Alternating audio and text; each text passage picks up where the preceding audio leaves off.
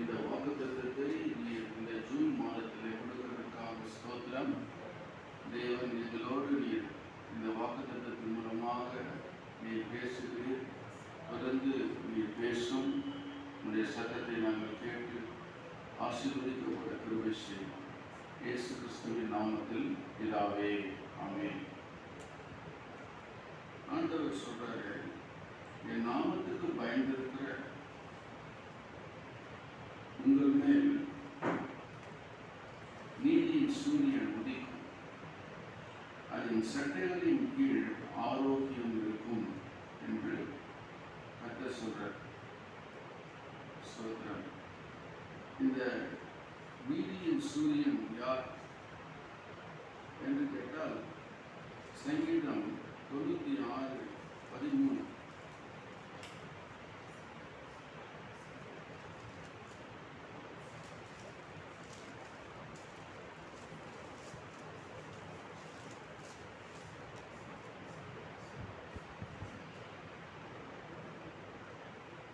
வாசிப்போம். 96:13. அவர் வருகிறார், அவர் பூமியை நியாயந்தீர்க்க வருகிறார். அவர் பூலோகத்தை நீதியோடும் ஜனங்களை சத்தியத்தோடும் நியாயந்தீர்ப்பார். அப்போ நீதியோடும் ஜனங்களை சத்தியத்தோடும் நியாயம் தீர்ப்பார். யார் அப்படின்னா நம்முடைய ஆண்டவர் தான் நீதி. இன்னொரு வசனம்ல படிக்கலாம். 98:9 வசனம். அவர் பூமியை நியாயந்தீர்க்க வருகிறார், பூலோகத்தை நீதியோடும் ஜனங்களை நிதானத்தோடும் நியாயந்தீர்ப்பார். அதே போல அதே மாதிரி இருக்கு பாருங்க. பூலோகத்தை நீதியோடும் ஜனங்களை நிதானத்தோடும் நியாயம் தீர்ப்பார். நீதி செய்ய இன்னொரு வசனங்களை நம்ம படிக்கலாம். 72 சங்கீதம் 72:1-2.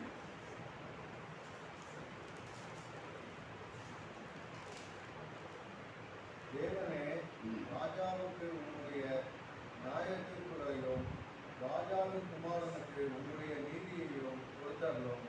அவர் உன்னுடைய ஜனங்களை நீதியோடும் உன்னுடைய ஏழைகளை நியாயத்தோடும் விசாரிப்பார். அப்போ எப்படி விசாரிப்பார்? நீதியோடும் நியாயத்தோடும் கர்த்தர் என்ன பண்ணுவார்? அப்போ நம்முடைய தேவன் தான் நீதியின் சூரியன் இல்லையா? இந்த நீதியின் சூரியன் ஆகிய இயேசு வந்து என்ன பண்ணுவாரு? உங்கள் மேல் உதிப்பார். அல்லேலூயா. ஆண்டவருக்கு ஸ்தோத்திரம். நம்ம மேல கர்த்தர் உதிப்பார். அதுக்கு முன்னாடி இந்த வசனத்தினுடைய ஆரம்பத்தை நீங்கள் எப்படி ஆரம்பிக்கிறதுன்னு பார்த்தீங்கன்னா, ஆனாலும் அப்படின்னு போட்டிருக்கு முதல் வார்த்தை. ஆனாலும் அப்படின்னா அதனுடைய முதல் வசனத்தினுடைய அப்படியே தொடர்ச்சியாக இது சொல்லப்பட்டிருக்கு. அப்படின்னு சொன்னால் நம்ம முதல் வசனத்தை வாசிக்கணும். முதல் வசனத்தை வாசிங்க. போல இருக்கிற நாள் வரும், அப்பொழுது அகங்காரிகள் யாவரும் அக்கிரமம் செய்கிற யாவரும் குறும்பாய் இருப்பார்கள். வாய் பேசி வரப்போகிற அந்த நாள் அவர்களை சுட்டரிக்கும். அது அவர்களுக்கு வேலையும் குப்பையும் வைக்காமல் போகும் என்று சேனைகளின் கர்த்தர் சொல்லுகிறார். அதுக்கு முன்னாடி ஆண்டவருடைய நாள் வரும். ஆண்டவருடைய நாள் அது எரிகிற சூளையை போல இருக்கும் சொல்லப்பட்டது இல்லையா? அக்கினி எரிகிற சூளை. பூமியில் வந்து கடைசியில் வந்து என்ன நடக்கும்? அக்கினினால கர்த்தர் நியாயம் தீர்ப்பார் இந்த பூமியில். ஏன் எரிகிற அந்த நாள் எரிகிற சூளை போல. அப்பொழுது என்ன ஆகுமா? அகங்காரிகள் சொல்லப்பட்டது. அகங்காரிகள் யாவரும் அக்கிரமம் செய்கிற யாவரும் துரும்பாய் இருப்பார்கள் சொல்லப்பட்டது. எப்படி ஆயிடுவாங்களாம்? அப்படியே பொடி பொடியாகிடுவான். துரும்பு இல்லையா? அந்த துரும்பு போல மாறிடுவான். அகங்காரிகள் அக்கிரமக்காரர்கள் இல்லையா? அவங்களுக்கு கர்த்தர் நியாயம் தீர்ப்பார், நியாயம் விசாரிப்பார். அப்போ அப்படி செய்யும்போது கர்த்தர் என்ன செய்கிறாரு, நமக்கு என்ன செய்கிறாரா, கர்த்தருக்கு பயந்தவர்களுக்கு என்ன செய்கிறாரு, அவர் நம்மேல் உதிப்பார். அல்லேலூயா. அப்போ நம்ம மேல உதிக்கும் பொழுது என்ன நடக்கும்னா நமக்கு ஆரோக்கியம் இருக்கும். அவருக்கு இருக்காது, ஆனால் நமக்கு ஆரோக்கியத்தை கர்த்தர் கொடுப்பார். ஏன் பாதுகாப்பார். நமக்கு நல்ல மகிழ்ச்சி, சந்தோஷம் நமக்குள்ள. ஏன் கர்த்தருக்கு பயந்தவர்களுக்கு அப்படி செய்கிறார். கர்த்தருக்கு ஸ்தோத்திரம். அப்படி நியாயம் தீர்ப்பு அவர்கள் மேல வருகிறது. பாருங்க, நம்ம மேல கர்த்தர் உதிப்பார். அல்லேலூயா சொல்லுவோம். கர்த்தர் நம்ம மேல, அப்ப அப்படின்னா என்ன அர்த்தம்? உதிக்கிறது, உதிப்பார் அப்படின்னா என்ன அப்படின்னு சொன்னா, நீங்க ஏசாயாவின் புஸ்தகத்துல 60ஆம் அதிகாரம் அதில் 2வது வசனத்தை நாம் வாசிப்போம்.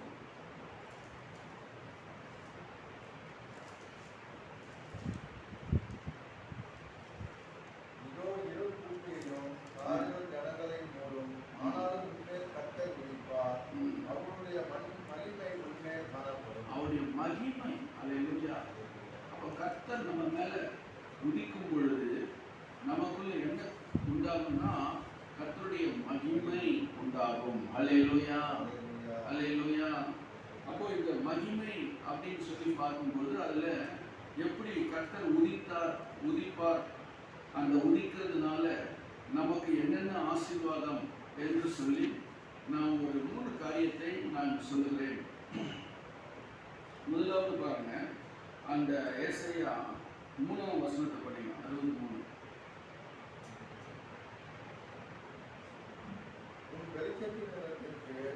ஜாதிகளும் உதிக்கிற சூரிய நிறத்திற்கு ராஜாக்களும் நடந்து வருவார்கள். ஃபர்ஸ்ட் ஆண்டவர் சொல்கிற ஆசீர்வாதம் பாருங்க. முதல்ல ஜனங்கள் முன்பக்கமாய் வருவார்கள். அல்லேலூயா, அல்லேலூயா. இல்லையா, நீ வெளிச்சமா கர்த்தர் உன் மேல உதிப்பார் அப்படின்னு சொன்னா கர்த்தர் யாரை கொண்டு வர்றாரு? ராஜாக்களை கொண்டு வர்றார், மந்திரிகளை கொண்டு வருவார், ஜனங்களை, பிரபுக்களை கொண்டு வருவார். ஏன்? உண்மையில கர்த்தருடைய வெளிச்சம் இருக்குது. அல்லேலூயா. கர்த்தர் உதிக்கிறார் உண்மையில. இல்லையா, உதிக்கும் பொழுது நீ பிரகாசமாய் மாறுகிற. யோவான் ஸ்நானகன் எரிந்து பிரகாசிக்கிற விளக்கை போல விளக்கா இருந்தான். அவனுடைய வெளிச்சத்திலே ஜனங்கள் களிக்கூற மனதாக இருந்தார்களாம். அல்லேலூயா. இப்போ யோவான் ஸ்நானகன் எங்க இருந்தான் கேட்டீங்கன்னா, ஒரு வனாந்திரத்துல எங்கேயோ இருந்தான். யோர்தான் நதி ஓரமா ஒரு வனாந்திரத்துல ஞானஸ்நானம் கொடுத்து கொண்டு வந்தான். அவனை தேடி ஜனங்கள் எங்கெங்கெல்லாம் வந்தாங்க அப்படின்னு பார்த்தா பல இடங்கள்ல இருந்து அவனை தேடி வராங்க. அல்லேலூயா. அவர்களுக்கு சத்தியத்தை எடுத்து சொல்லுகிறார். கர்த்தருக்கு ஸ்தோத்திரம். அது போல நம்மையும் கூட தேவன் உதிப்பார். நம்ம தேடி ஜனங்க ஓடி வருவாங்க. அப்பா, அக்கா, நாங்கள் என்ன செய்யணும், நாங்கள் என்ன செய்யணும் அப்படின்னு சொல்லி வந்து கேட்பாங்க. அல்லேலூயா. காரணம் என்ன? கர்த்தருடைய மகிமை நம்ம மேல உதிக்கிறதுனால அப்படியாக நடக்கும் என்று சொல்லி கர்த்தர் நமக்கு சொல்லுகிறார். அல்லேலூயா. கர்த்தருக்கு ஸ்தோத்திரம் உண்டாகட்டும். பாருங்க, இன்னொரு இடத்துல ஆண்டவர் சொல்றாரு, நான் உன்னை ஜாதிகளுக்கு ஒளியாக வைத்தேன் சொல்றாரு. அல்லேலூயா. இல்லையா? அப்போ சத்தியம் எங்க இருக்கிறதோ அங்கதான் ஒளி இருக்கும்.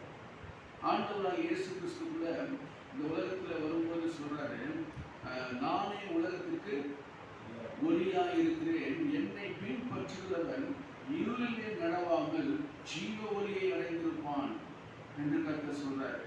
அப்போ அது போல நம்மை தேவன் என்ன பண்றாரு? ஒளியாக கர்த்தர் வைக்கிறார். அப்போ வைக்கும்போது ஜனங்கள் என்ன பண்ணுவாங்க? அந்த ஒளியை தேடி. எப்படி இப்போ வந்து பாருங்க, ஒரு லைட் எரியுதுன்னு சொன்னா பூச்சிகள்லாம் என்ன பண்ணும்?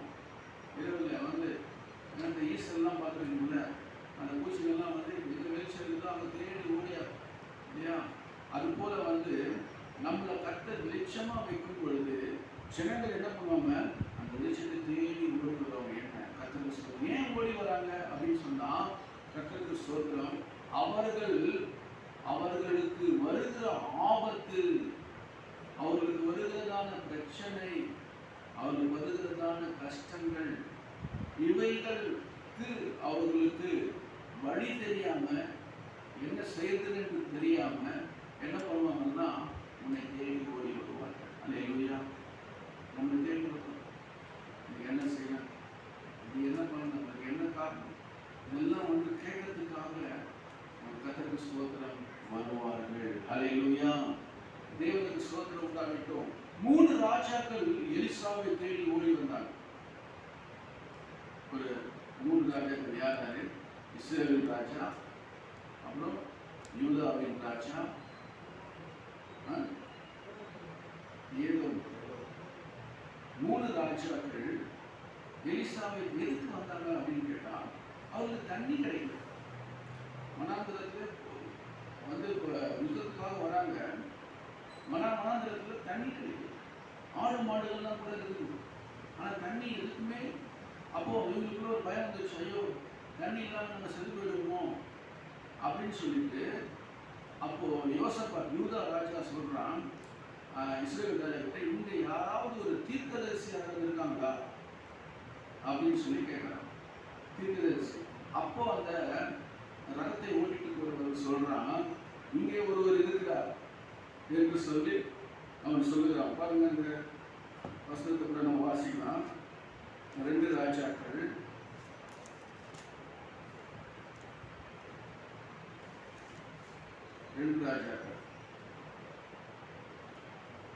11வது வசனம் 3:11 படிங்க.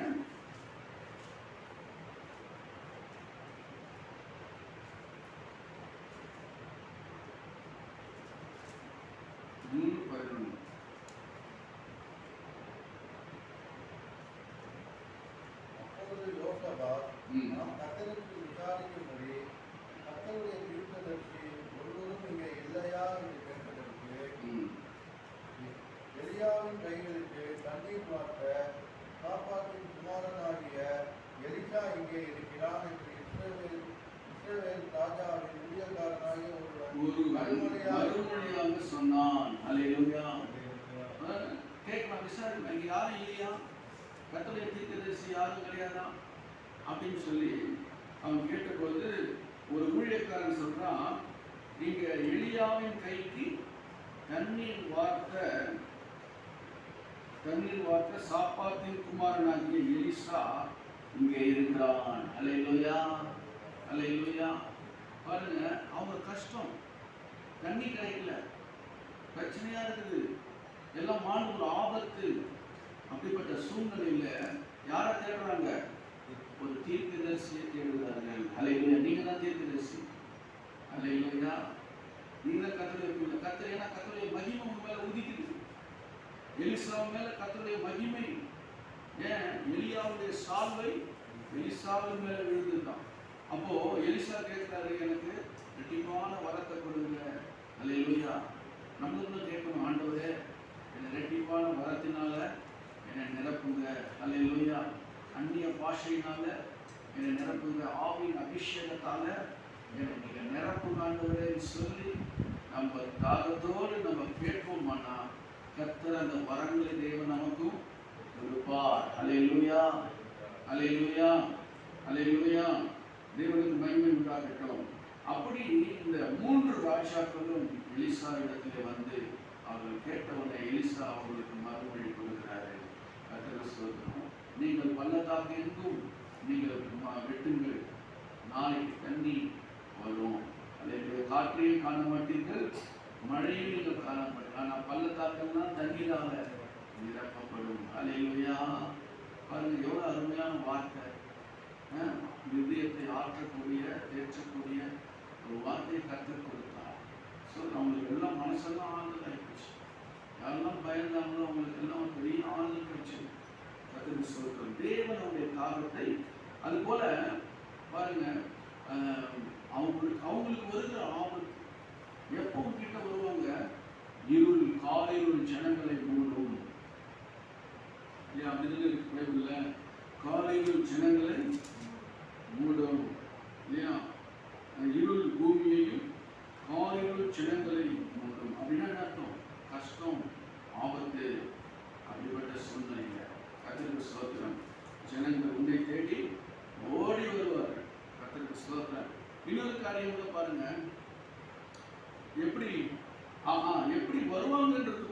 சொல்லப்படுது. அந்த வசனத்தை கூட படிங்களேன். 4வது வசனம் படிங்க. 64.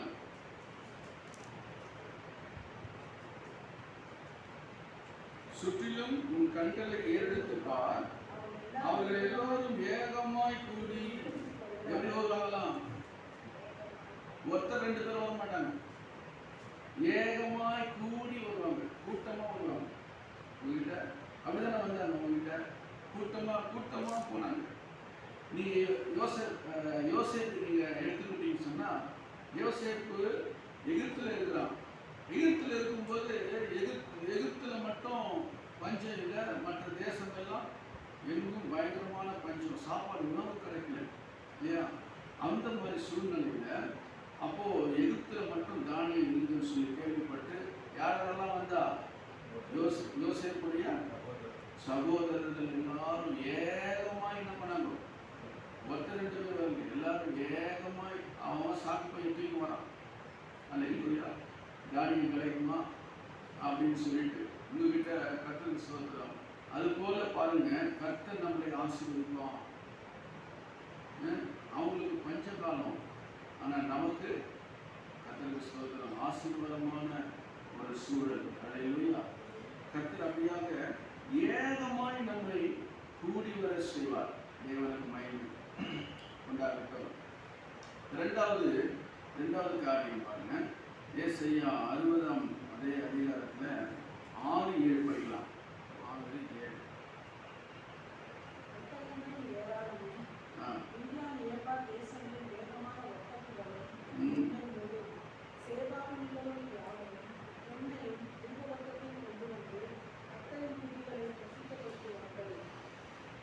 கேதாரின் ஆடுகள் எல்லாம்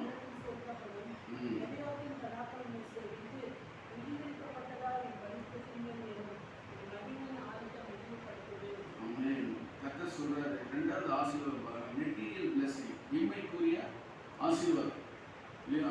முதல்ல சொன்னது ஆவிக்குரிய ஆசீர்வாதம், ஆத்துமாக்களை கர்த்தர் கொண்டு வரார். 2வது வந்து மெட்டீரியல் பிளஸிங், பொருட்கள்.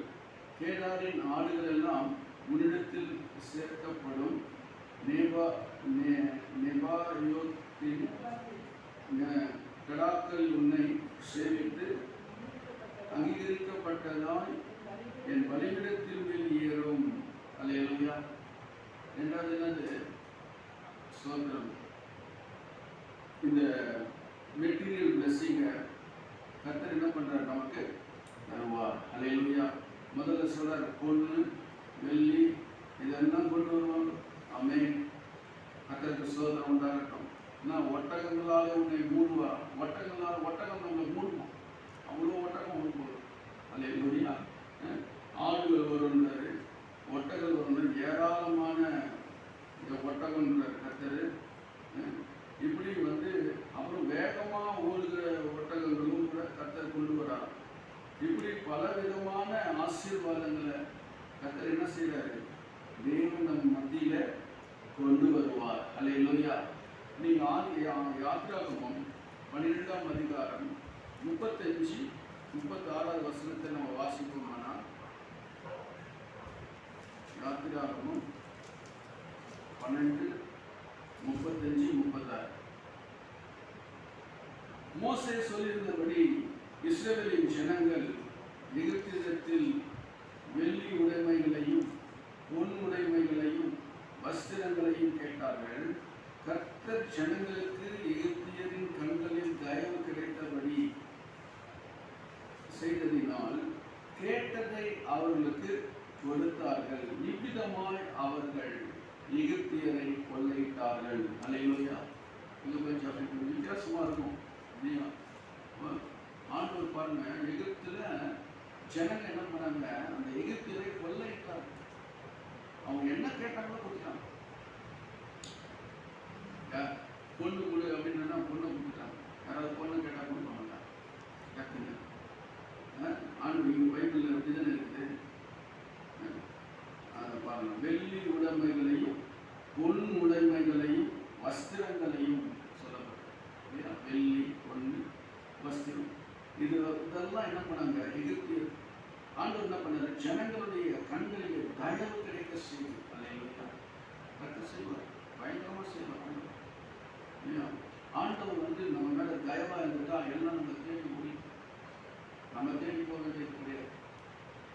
அதுவாக வரும்.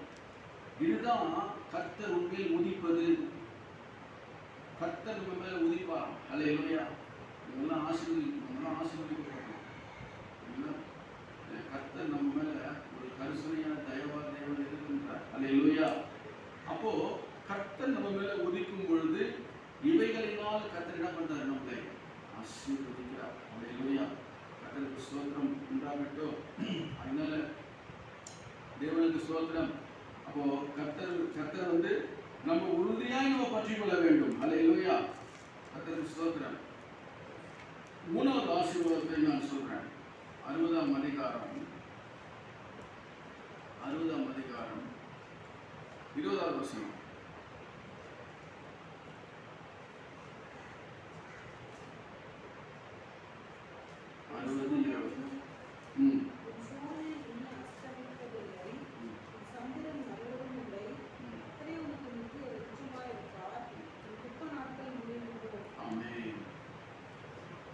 மூணாவது ஆசீர்வாதம், துக்க நாட்கள் முடிந்து போது. அல்லேலூயா.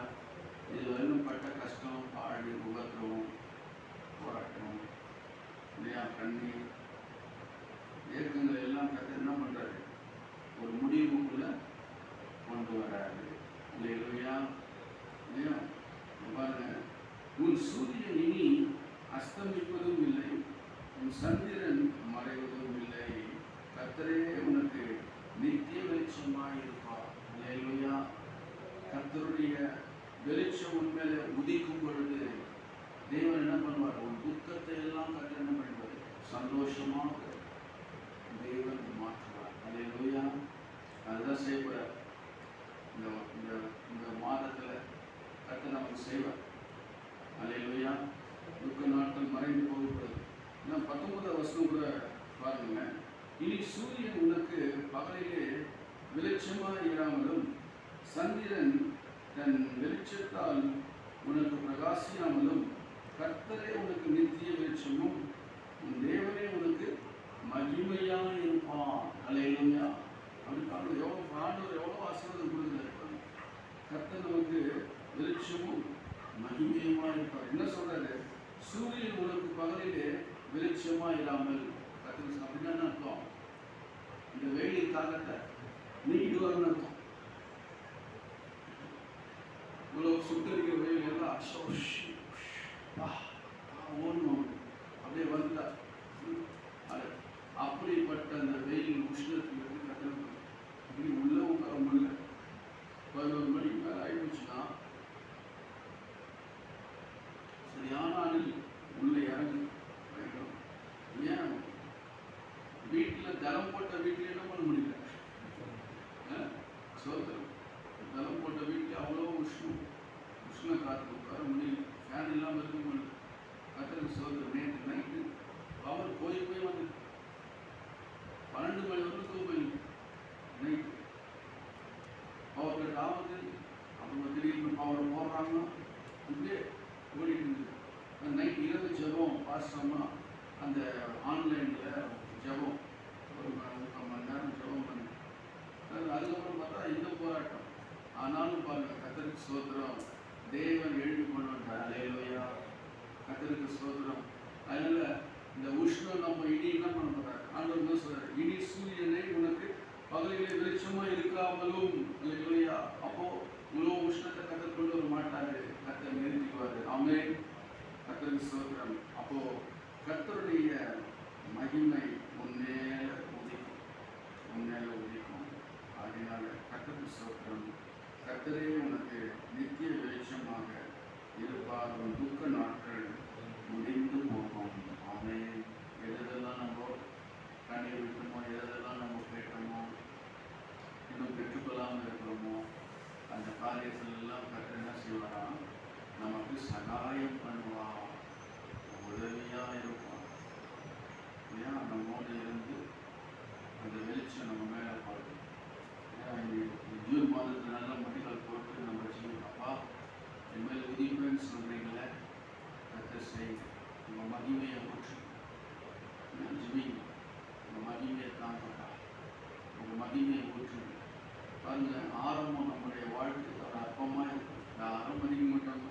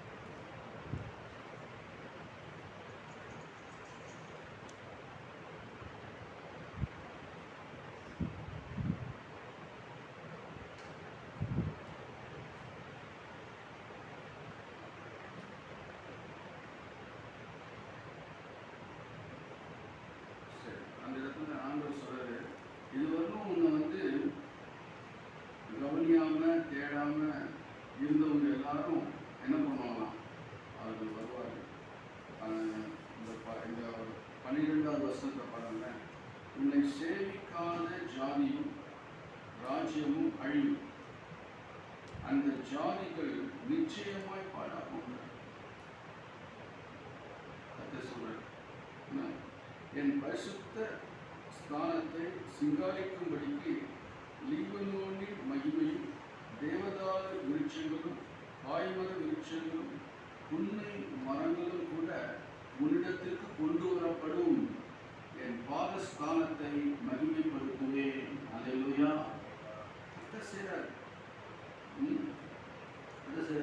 அவனுக்கு ஆலயத்தை கூட காலயத்தை தேவன் மகிமைப்படுத்த போற இல்லையா? என் மகிமையின் ஆலயத்தை நான் மகிமைப்படுத்துவேன் என்று கர்த்தர் சொல்றார். அதனால தீவுகள் எனக்கு காத்திருக்கும், அவர் உன்னை மகிமைப்படுத்தினார் என்று உன் பிள்ளைகளையும் அவர்களோட கூட அவர்கள் பொன்னையும் அவர்கள் வெள்ளியும் உன் தேவனாகிய கர்த்தரின் நாமத்திற்கென்றும் இஸ்ரவேலின் பரிசுத்தருக்கென்றும் தூரத்திலிருந்து கொண்டு வர தர்ஷீசின் கப்பல்களும் ஏற்கனவே எனக்கு காத்திருக்கும். அல்லேலூயா. பெரிய ஒரு ஆசீர்வாதத்தை தேவன் நமக்கு செய்வார். அல்லேலூயா. அதுக்காக மகிமை, தேவனுடைய மகிமை நம்ம மேல விளங்க போகிறது. அல்லேலூயா. தேவனுக்கு ஸ்தோத்திரம் உண்டாகட்டும். நம்ம எல்லாரும் ஜெபம் பண்ணலாம்.